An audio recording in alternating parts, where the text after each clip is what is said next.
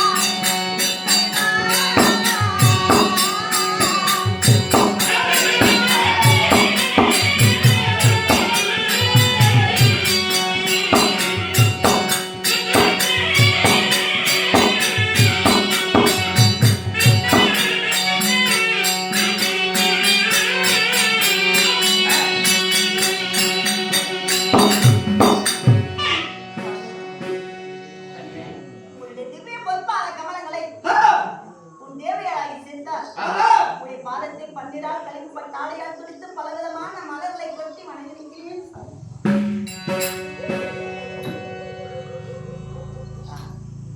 அண்ணா, தண்ணியில் பிறந்த தாமரை போல் நத்தையில் பிறந்த முத்தை போல் சூரிய பிரகாசம் போல முகமாகப்பட்டது. அண்ணா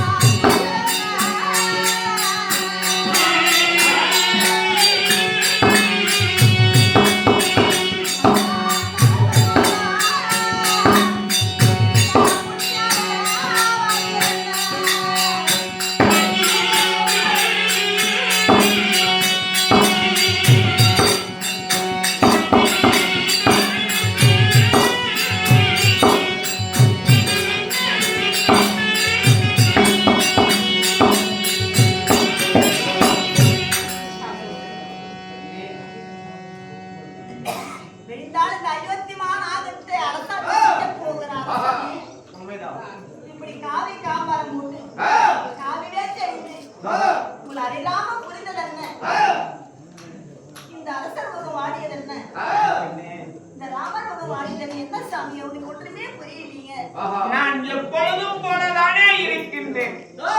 ஒன்றும் இல்லை தேவி. சாமி, பெண்ணே, உன்னை நான் மாலையிட்ட நாள் முதலாக இருந்து உன்னுடைய அசைவை நான் ஒன்றொன்று அறிந்தவர் சாமி. அகத்தின் அழகு முகத்தில் தெரியும் என்று சொல்வார்கள்.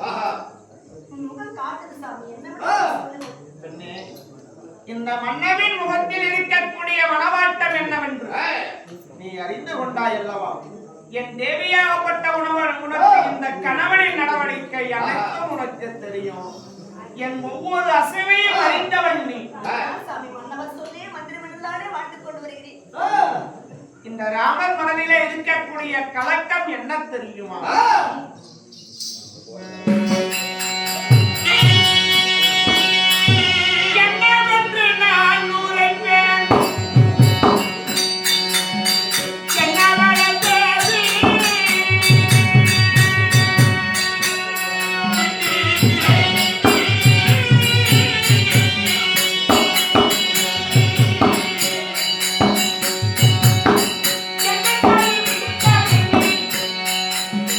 என்னோட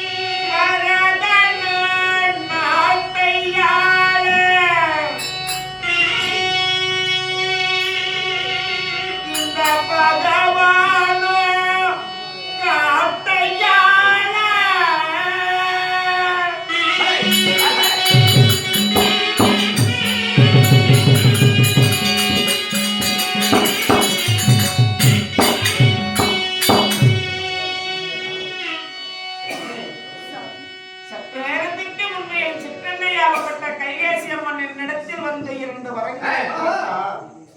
நான் 3 தாய்களையும் நான் ஒரு தாய் போல் நினைப்பவன் அல்லவா? அதனால் என்னம்மா வேண்டும் என்று கேட்க எனக்கு 2 வரங்கள் வேண்டும் ராமா என்று உரைத்தார். தாயிடத்தில் சத்தியம் கேட்டால் நான் தவறக்கூடியவனா? ஆகட்டும் அம்மா என்று நான் உரைத்தேன். என்னம்மா வேண்டும் என்று கேட்க பரதன் 14 ஆண்டு காலம் பரதன் நாட்டை ஆள வேண்டும். இந்த ராமர் நீ 14 ஆண்டு காலம் கனகம் போக வேண்டும் என்று உரைத்தார். தாயின் வாழ்த்தி நான் மீறக்கூடியவனா? அதனால் பெண்ணே தாயிடத்தில் நான் உரைத்த காரணத்தினால் பரதன் நாட்டை ஆள அறியாமல் நான் கனகம் போக வேண்டும் என்பதனால் அதற்காகத்தான் என் மனதிலே கலக்கம் தாமல் தவிர எனக்கு ஒருபோது வேறொன்றும் இல்லை. அன்னை வார்த்தை பிரகாரம் தேவி பெண்ணே கூட என்று சொல்லி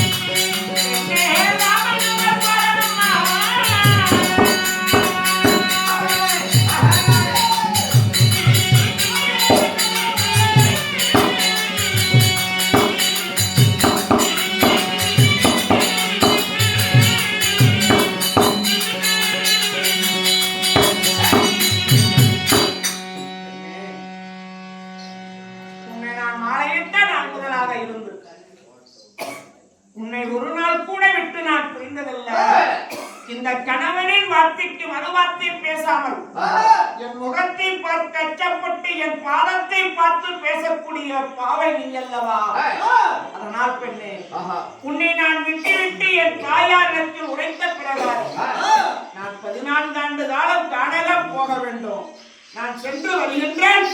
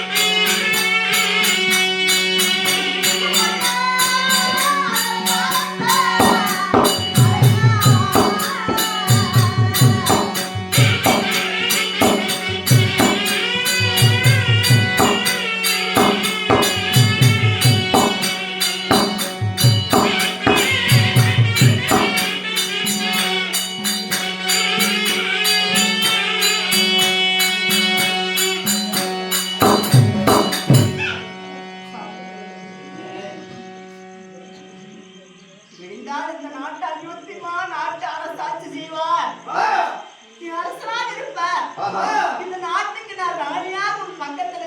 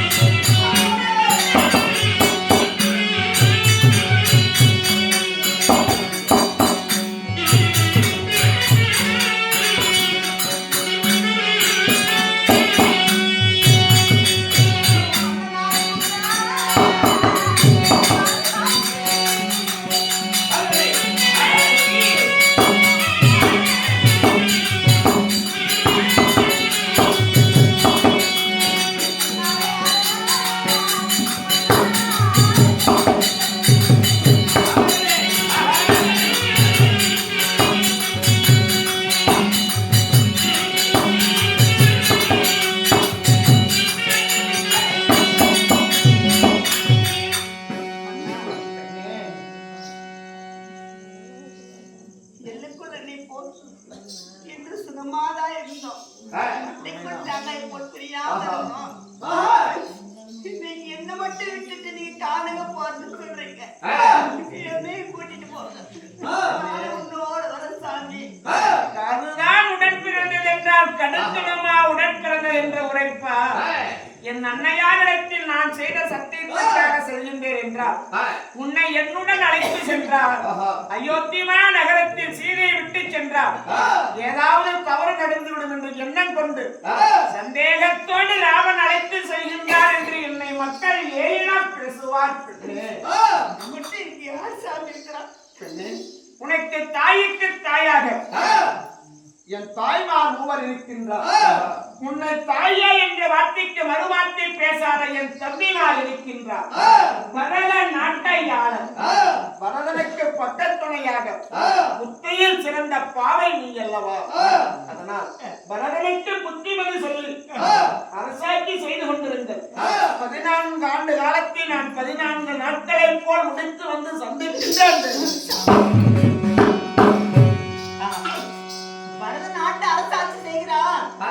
பரதனோடு இருந்து முக்கியமதி கூறி அறிவுரை கூறி பரதனோடு ஆட்சி செய்ய புரியாது சொல்றீங்க. நீங்க சொல்லலாங்க. இந்த ஊர் என்ன சொல்லும், உலகம் என்ன சொல்லும்? கட்டிய மனவனை கணவனை காதலுக்கு அனுப்பிட்டு கண்ணோடு நிக்கிறாள். ஊர் உலகம் சொல்லாது. ஒருபோதும் தவறாக நினைக்க மாட்டார்கள். தாயே என்ற வார்த்தையை தவிர மறுவார்த்தை சொல்லாதவர் என் தம்பிமார்கள். ஒருபோதும் என் வார்த்தைக்கு மறுவார்த்தை பேசாதவர் நீ. இன்று மட்டும் நீ பேச வேண்டாம் பெண்ணு. வேண்டாம் அம்மா தேவியாரே வார்த்தை சொன்ன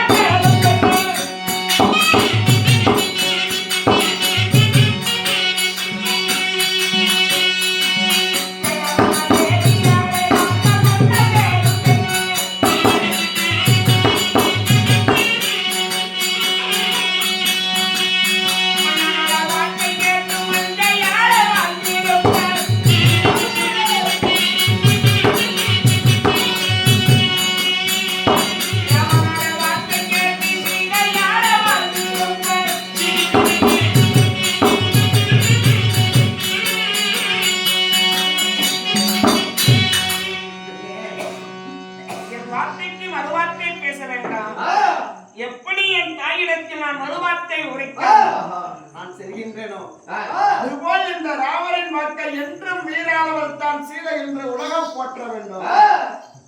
உரைத்த விலகான இந்த கணவன் வார்த்தையை கேட்டு அயோத்தியா நகரத்திலே வாழ்ந்தது. பொழுது விடிய சிறிது நேரம் தான் இருக்கிறது. நான் பொழுது விடுவதற்குள் செல்கின்றேன் என்று என் அன்னையிடத்தில் உரைத்து விட்டேன். நான் சென்று வருகின்றேன். மன்னனுக்கு நாடு வேண்டாம்.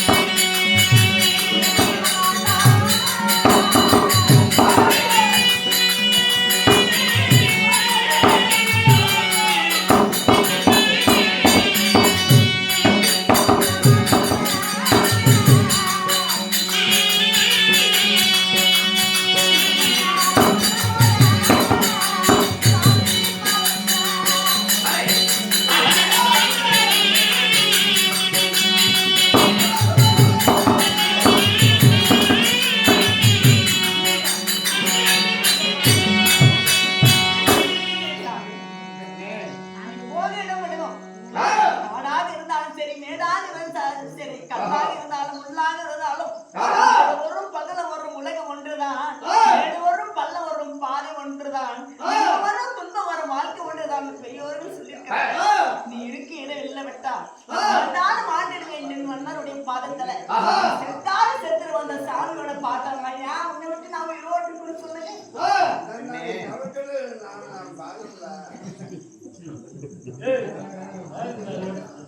பெண்ணே, சாமி நான் செல்லக்கூடிய இடம் கல்வி நிறைந்த இடம்.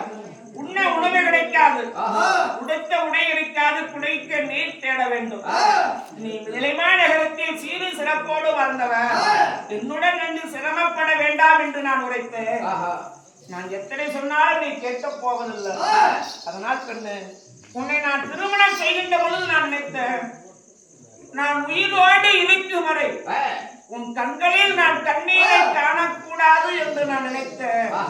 இன்று உன் கண்களில் நான் கண்ணீரை காணும்படி ஆகிவிட்டதே. எப்பொழுது நீ இறந்து விடுவேன் என்று உரைத்தாய். இந்த ராவணனுக்கு மிடந்தான் சீதைக்கு அயோத்தி என்று உரைத்தாய். உன்னையும் நான் என்னோடு அழைத்து செல்கின்றேன்.